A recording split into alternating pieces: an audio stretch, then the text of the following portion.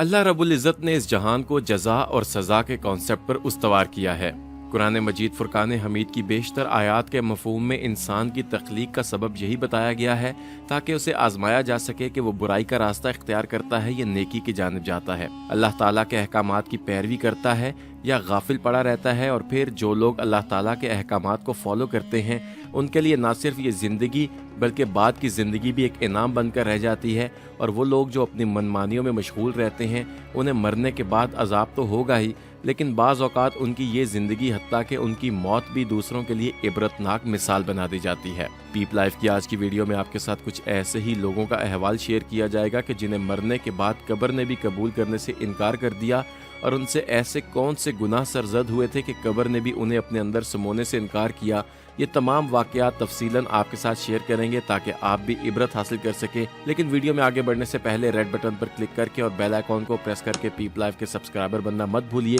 تاکہ ایسے ہی اسلامی، تاریخی اور معلوماتی واقعات آپ تک پہنچتے رہیں۔ دوستو، ایک حدیث شریف کا مفہوم ہے کہ اگر کسی غیر اللہ کو سجدہ جائز ہوتا تو میں عورتوں کو کہتا کہ وہ اپنے خاوندوں کو سجدہ کریں۔ اللہ تعالیٰ نے مرد اور عورت کی استعداد کار اور صلاحیتوں کے مطابق معاشرے میں ان کے حقوق و فرائض کا تعین فرمایا ہے، اور عورت کو اولاد پر مرد سے 3 گنا زیادہ حق عطا فرمایا ہے، جبکہ مرد کو اس کا نگہبان بنا دیا، اور اس پر عورت کو ہدایت فرمائی کہ چونکہ مرد کو تمہارا نگہبان، وسیلہ اور ولی مقرر کیا ہے، لہٰذا اس کی عزت و احترام تم پر واجب ہے، جبکہ نافرمانی پر سزا اور عمل پر جزا رکھی ہے۔ اسی حکم پر جزا اور سزا کی ایک مثال اس وقت سامنے آئی جب کراچی کے قبرستان میں خاتون کی میت تدفین کے لیے لائی گئی اور قبر نے اسے قبول کرنے سے انکار کر دیا۔ پاکستان کے ایک موقر قومی روزنامہ امت کی رپورٹ کے مطابق کراچی کے گورکن جو مبارک علی شاہ عرف مولا مدد قبرستان میں گزشتہ 25 سال سے بطور گورکن کے فرائض سر انجام دے رہے ہیں، ان کا کہنا تھا کہ اسے ایک مرتبہ ایک عورت کی قبر تیار کرنے کا کہا گیا تو وہ صبح ہی سے قبر کی تیاری میں مصروف ہو گیا۔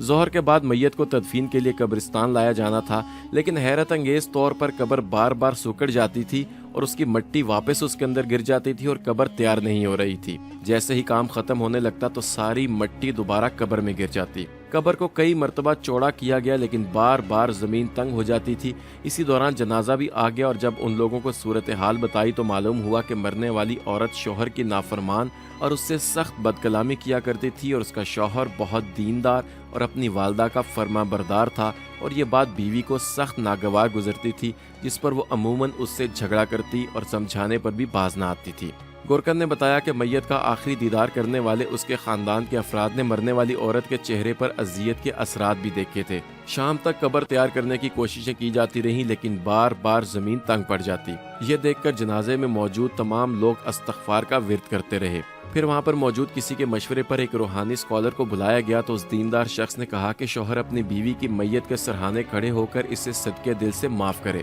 شوہر نے ایسا ہی کیا اور اس کے بعد قبر بآسانی تیار ہو گئی۔ گورکن کا کہنا تھا کہ عورت کے ورثہ اس واقعے سے اس قدر شرمسار تھے کہ انہوں نے قبر پر نام کا کتبہ بھی نہیں لگایا، اور نہ ہی اس کے لواحقین میں سے کبھی کوئی اس کی قبر پر فاتحہ خوانی کے لیے آیا۔ بس کبھی کبھار اس کا شوہر آ کر اس کی قبر پر فاتحہ پڑھ جاتا ہے۔ خواتین و حضرات، اب ہو سکتا ہے کہ بہت سے لوگوں کو اس واقعے کی صداقت پر شک گزرے کہ یہ کیسے ممکن ہے کہ ایک بے جان قبر جو ایک گھڑے کی مانند ہے وہ کسی کو قبول کرنے سے انکار کر دے۔ تو چلیے آپ کو یقین دلانے کے لیے نبی اکرم صلی اللہ علیہ وآلہ وسلم کی حیات مبارکہ کا ایک واقعہ سناتے ہیں جو مشکات شریف میں درج ہے۔ حضرت انس رضی اللہ تعالیٰ عنہ فرماتے ہیں کہ ایک شخص جو نبی کریم صلی اللہ علیہ وآلہ وسلم کے پاس وحی لکھنے پر مامور تھا، وہ مرتد ہو گیا اور مشرکوں سے جا ملا۔ نبی اکرم صلی اللہ علیہ وآلہ وسلم کو اس کے بارے میں اطلاع دی گئی تو آپ صلی اللہ علیہ وآلہ وسلم نے اسی وقت فرمایا کہ اس کو زمین قبول نہیں کرے گی۔ حضرت انس کا بیان ہے کہ ابو طلحہ رضی اللہ تعالیٰ عنہ اس شخص کے گزرنے کے بعد اس مقام پر پہنچے جہاں اس شخص کی موت اور تدفین ہوئی تھی تو دیکھا کہ وہ قبر سے باہر پڑا ہوا ہے۔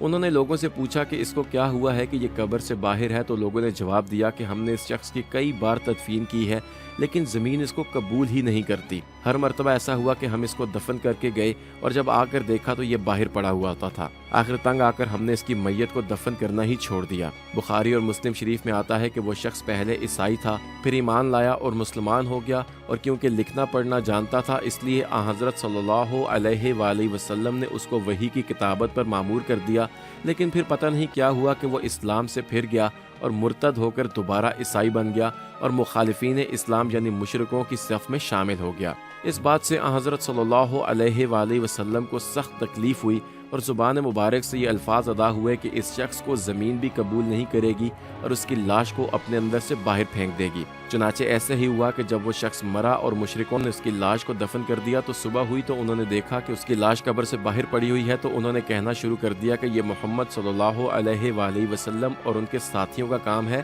کہ قبر کو کھود کر اس کی لاش کو باہر ڈال دیا ہے۔ پھر انہوں نے بڑی محنت سے جہاں تک کھود سکے بہت گہری قبر کھودی اور اس کو دفن کر دیا۔ جب اگلی صبح کو پھر آ کر دیکھا تو لاش قبر سے باہر پڑی ہوئی ہے۔ اب ان کو احساس ہوا کہ یہ کسی آدمی کا کام نہیں ہے، چنانچہ وہ مایوس ہو کر واپس لوٹ گئے اور لاش کو اسی جگہ پڑی رہنے دیا۔ تو خواتین و حضرات، حدیث مبارکہ کی کتب میں آئے ہوئے اس واقعے سے ایک بات تو ثابت ہوتی ہے کہ اگر اللہ تعالیٰ چاہے تو کسی گناہگار کی موت کو بھی دنیا کے لیے عبرت بنا سکتا ہے، اور اس کا حکم ہو تو قبر بھی اس کے جسم کو قبول کرنے سے انکار کر سکتی ہے۔ اسلامی تاریخ کی کتابوں میں حضرت علی بن مدینی رحمۃ اللہ علیہ کے حوالے سے بھی ایک واقعہ درج ہے۔ حضرت علی بن مدینی جلیل القدر محدث امام بخاری رحمۃ اللہ علیہ جیسے محدثین کے استاد ہیں۔ وہ فرماتے ہیں کہ میرے والد صاحب کا انتقال ہوا اور میں اللہ تعالیٰ کے فضل سے حافظ قرآن تھا، اور میرا یہ معمول تھا کہ میں روزانہ والد صاحب کی قبر پر جاتا اور تلاوت قرآن کریم کر کے انہیں اِرسال ثواب پہنچاتا۔ ایک مرتبہ رمضان شریف کا مہینہ تھا، میں سحری کھا کر فجر کی نماز سے فارغ ہونے کے بعد حسب معمول والد صاحب کی قبر پر جا کر تلاوت کرنے لگا تو اچانک برابر والی قبر سے مجھے کراہنے کی آواز آنے لگی۔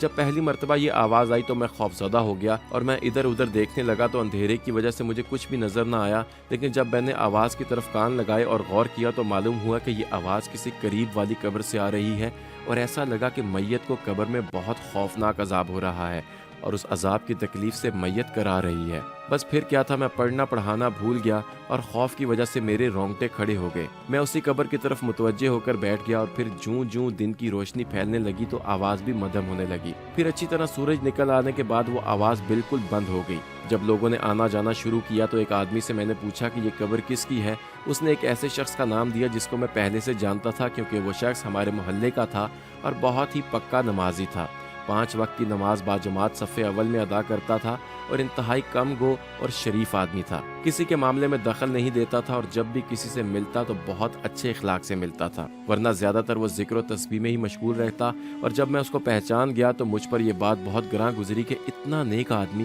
اور اس پر یہ عذاب۔ حضرت علی بن مدینی رحمۃ اللہ علیہ کہتے ہیں کہ میں نے سوچا کہ اس بات کی تحقیق کرنی چاہیے کہ اس نے ایسا کون سا گناہ کیا ہے کہ جس کی وجہ سے اس کو یہ عذاب ہو رہا ہے۔ چنانچہ میں محلے میں گیا اور اس کے دوستوں سے پوچھا کہ فلاں شخص بڑا نیک اور عابد و زاہد آدمی تھا، لیکن میں نے اس کو عذاب کے اندر مبتلا دیکھا ہے، اس کی کیا وجہ ہے؟ تو انہوں نے بتایا کہ ویسے تو وہ بہت نیک اور عبادت گزار تھا اور اس کی اولاد بھی نہیں تھی، ہاں اس کا ایک کاروبار بہت وسیع تھا، اور جب وہ بوڑھا ہو گیا اور اس کے اندر کاروبار کرنے کی طاقت نہ رہی اور کوئی دوسرا اس کا کاروبار چلانے والا بھی نہیں تھا، تو اس نے ساتھیوں سے مشورہ کیا اور خود بھی سوچا کہ اب میں ذریعہ معاش کے لیے کیا طریقہ اختیار کروں۔ تو اس کے نفس نے اس کو یہ تدبیر سمجھائی کہ تو اپنا سارا کاروبار ختم کر اور جو بھی پیسے آئیں وہ کسی کو دے دے اور اس پر سود وصول کر کے آرام سے بیٹھ کر کھا۔ اس نے سارا حلال کاروبار ختم کیا، جو رقم اس کو ملی اس کو سود پر لگا دیا، چنانچہ کاروبار سے فارغ ہو گیا، اس لیے ہر وقت مسجد میں رہتا تھا، اشراق، چاشت، تہجد اور تمام نوافل پڑھتا اور 5 نمازیں امام کے پیچھے باجماعت صف اول میں تکبیر اولیٰ کے ساتھ پڑھتا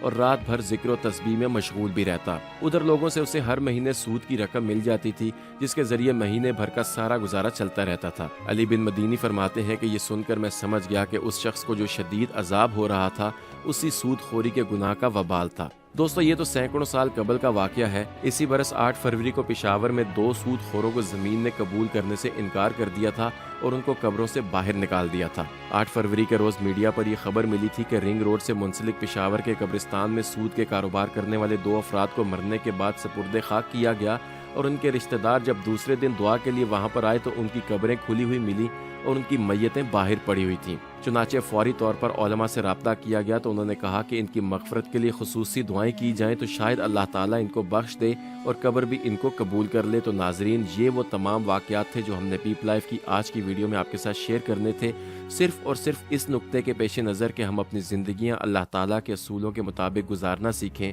اپنے گریبانوں میں جھانکیں اور دیکھیں کہ کیا ہم کسی ایسے گناہ کا ارتکاب تو نہیں کر رہے کہ جو ہماری بخشش کی راہ میں رکاوٹ بن جائے، اور